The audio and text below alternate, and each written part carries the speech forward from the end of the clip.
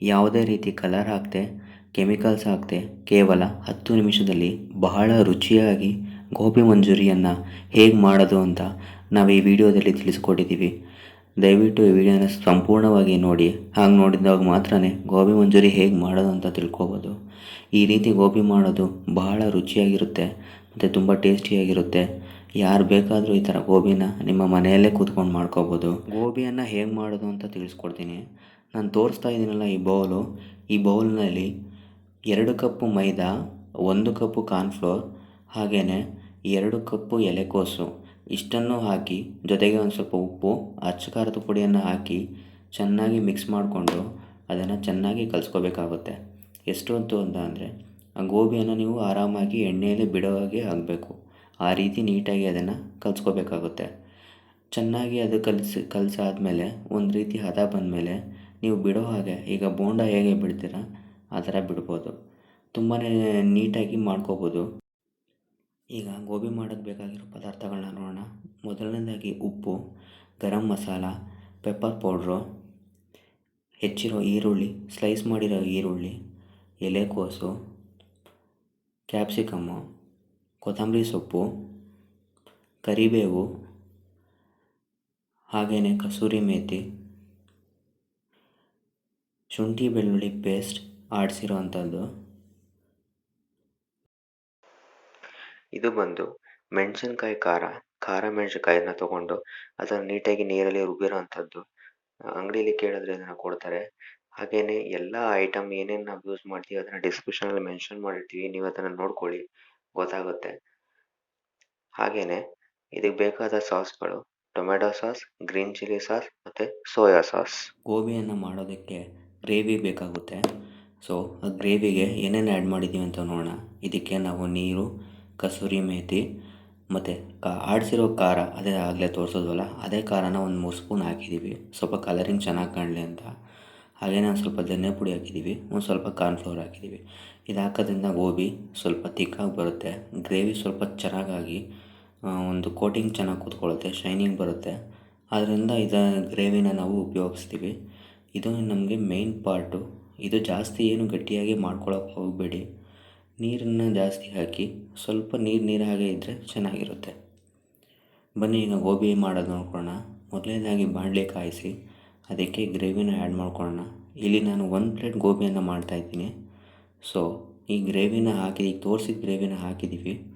ಈ ಗ್ರೇವಿಗೆ 1 ಪ್ಲೇಟ್ ಆಗೋಷ್ಟು ನಾವು ಗೋಬಿನ ಮಾಡ್ಕೋತಾ ಇದ್ದೀವಿ. ಸೊ ಡ್ರೈ ಗೋಬಿಯನ್ನು ಹಾಕ್ತಾಯಿದ್ದೀವಿ.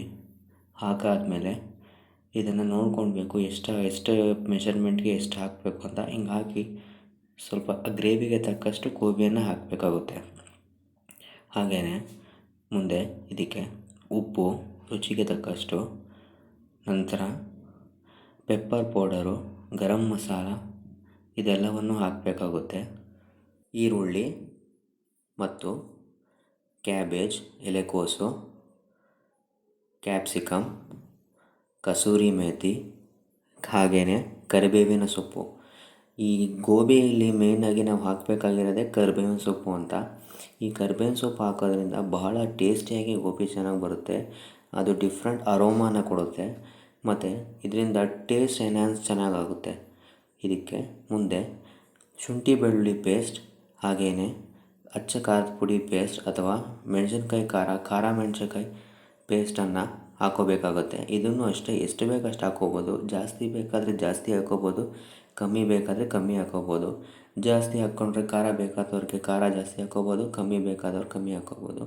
ಮುಂದೆ ಇದಕ್ಕೆ 2 ಸ್ಪೂನ್ ಟೊಮೆಟೊ ಸಾಸ್ ಹಾಕ್ಕೋತಾ ಇದ್ದೀವಿ, 2 ಸ್ಪೂನ್ ಗ್ರೀನ್ ಚಿಲ್ಲಿ ಸಾಸ್ ಹಾಕ್ಕೋತಾ ಇದ್ದೀವಿ, ಹಾಗೆಯೇ 1 ಸ್ಪೂನ್ ಸೋಯಾ ಸಾಸ್ ಹಾಕ್ಕೋತಾ ಇದ್ದೀವಿ. ಸೋಯಾ ಸಾಸ್ನ ಜಾಸ್ತಿ ಹಾಕಬಾರ್ದು, ಜಾಸ್ತಿ ಹಾಕಿದಷ್ಟು ಅದು ಟೇಸ್ಟ್ ಅಷ್ಟೊಂದು ಚೆನ್ನಾಗಿ ಕೊಡೋಲ್ಲ. ನೋಡ್ಕೊಂಡು ಎಷ್ಟು ಬೇಕಷ್ಟು ಹಾಕ್ಬೋದು. ಈಗ ಇದನ್ನು ಚೆನ್ನಾಗಿ ಹೈ ಫ್ಲೇಮಲ್ಲಿ ಫ್ರೈ ಮಾಡ್ತಾಯಿದ್ದೀವಿ.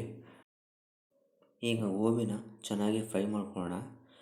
ಗೋಬಿನ ಫ್ರೈ ಮಾಡೋಕ್ಕಿಂತ ಮುಂಚೆ ಫ್ಲೇಮ್ನ ಅಂದರೆ ಗ್ಯಾಸ್ನ ಜಾಸ್ತಿ ಮಾಡ್ಕೊಳ್ಳಿ. ಕಮ್ಮಿ ಗ್ಯಾಸಲ್ಲಿ ಚೆನ್ನಾಗಿ ಮಾಡಿದ್ರೆ ಚೆನ್ನಾಗಿ ಬರೋಲ್ಲ. ನೋಡಿ ಈಗ ಈ ರೀತಿ ಬಾಯ್ಲ್ ಆಗ್ತಾಯಿದೆ, ಅದನ್ನು ಹೈ ಫ್ಲೇಮಲ್ಲೇ ಮಾಡಬೇಕು. ಹೈ ಫ್ಲೇಮಲ್ಲಿ ಮಾಡಿದ್ರೆ ಮಾತ್ರ ಅದು ಟೇಸ್ಟ್ ಚೆನ್ನಾಗಿ ಬರೋದು. ಲೋ ಫ್ಲೇಮಲ್ಲಿ ಮಾಡೋದ್ರಿಂದ ಅದು ಬೇಗನೂ ಆಗೋಲ್ಲ ಮತ್ತು ಚೆನ್ನಾಗೂ ಬರೋಲ್ಲ. ಆ ಕ್ರಿಸ್ಪಿನೆಸ್ಸು, ಆ ಕೋಟಿಂಗ್ನೆಸ್ಸು ಮತ್ತು ಆ ಶೈನಿಂಗು ಅದೆಲ್ಲ ಯಾವುದೂ ಅಷ್ಟೊಂದು ಚೆನ್ನಾಗಿ ಬರೋದಿಲ್ಲ.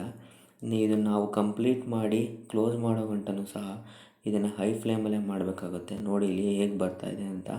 ಅದು ಬಾಯ್ಲ್ ಆಗ್ತಾ ಅದ್ರ ಕಲರೇ ಚೇಂಜ್ ಆಗೋಗಿದೆ. ನಮ್ಮ ಗೋಬಿ ರೆಡಿಯಾಗಿದೆ. ಈಗ ಇದನ್ನು ಒಂದು ಸರ್ವಿಂಗ್ ಪ್ಲೇಟ್ ತೊಗೊಂಡು ಅದಕ್ಕೆ ಗೋಬಿನ ಹಾಕಿ ಅದ್ರ ಮೇಲೆ ಗಾರ್ನಿಷಿಂಗ್ಗೆ ಈರುಳ್ಳಿ ಮತ್ತು ಕೊತ್ತಂಬರಿ ಸೊಪ್ಪನ್ನ ಹಾಕಿ ತಿಂತಾಯಿದ್ರೆ ಮಸ್ತಾಗಿರುತ್ತೆ. ತುಂಬಾ ಟೇಸ್ಟಿಯಾಗಿರುತ್ತೆ. ನೀವು ನೋಡ್ತಾ ಇರ್ಬೋದು ಯಾವ ರೀತಿ ಬಂದಿದೆ ಅಂತ. ಇದೇ ರೀತಿ ನೀವು ನಾವೇನು ಐಟಮ್ ಹಾಕಿದ್ದೀವಿ ಅದನ್ನ ಸೇಮ್ ನೀವು ಮನೇಲಿ ಮಾಡಿದ್ರೆ ಇದೇ ರೀತಿ ಸ್ಟ್ರೀಟ್ ಸ್ಟೈಲಲ್ಲಿ ತುಂಬ ಟೇಸ್ಟಿಯಾಗಿ ಬರುತ್ತೆ. ನಮ್ಮ ಅಂಗಡಿಲಿ ಗೋಬಿನೇ ಫೇಮಸ್ಸು. ತುಂಬಾ ಟೇಸ್ಟಿಯಾಗಿ ಬರುತ್ತೆ. ಗಿರಾಕಿಗಳು ಹಾಗೆ ಬರ್ತಾರೆ ಹುಡುಕಿಕೊಂಡು. ಇದನ್ನು ಯಾರು ಬೇಕಾದರೂ ಮಾಡ್ಬೋದು. ಈ ಮನೇಲಿ ಕೂತ್ಕೊಂಡು ಆರಾಮಾಗಿ ಮಾಡ್ಬೋದು. ಮತ್ತು ಗೋಬಿ ವ್ಯಾಪಾರ ಮಾಡೋರು ಸಹ ನಾನೇನು ಹೇಳಿದ್ದೀನಿ ಆ ಟಿಪ್ಸ್ನ ಫಾಲೋ ಮಾಡಿದ್ರೆ 100% ಟೇಸ್ಟಿಯಾಗಿ ಗೋಬಿ ಬರುತ್ತೆ. ಗೋಬಿ ಮಾಡೋದು ತುಂಬಾ ಸುಲಭ, ಆದರೆ ಅದನ್ನು ಶ್ರದ್ಧೆ ಇಟ್ಟು ಮಾಡಬೇಕು. ಗೋಬಿನೇ ಅಂತಲೇ ಯಾವುದೇ ಕೆಲಸನೂ ಸರಿಯೇ. ಇದು ನಮ್ಮ ವಿಡಿಯೋ ವೀಕ್ಷಕರೇ. ನಮ್ಮ ವಿಡಿಯೋ ನಿಮಗೆ ಇಷ್ಟ ಆದರೆ ದಯವಿಟ್ಟು ಲೈಕ್ ಮಾಡಿ, ಶೇರ್ ಮಾಡಿ, ಸಬ್ಸ್ಕ್ರೈಬ್ ಮಾಡಿ, ನಮ್ಗೆ ಸಪೋರ್ಟ್ ಮಾಡಿ. ಇದು ನನ್ನ ಫಸ್ಟ್ ವಿಡಿಯೋ.